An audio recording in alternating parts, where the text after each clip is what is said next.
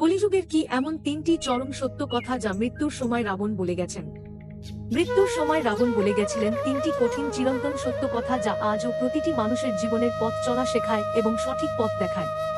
শ্রীরাম দ্বারা রাবণের নাভিতে তীর লেগে যখন রাবণ মৃত্যুর দিকে এগিয়ে যায়, তখন ভগবান রামের কথায় লক্ষ্মণ রাবণের কাছে গিয়ে তার কাছ থেকে কিছু জ্ঞানের কথা জানতে চাইলেন।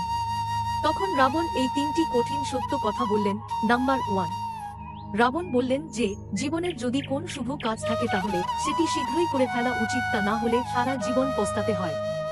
রাবণ বললেন যে শ্রীরামকে চিনতে আমি ভুল করেছিলাম, যার জন্য আজ আমার এই অবস্থা।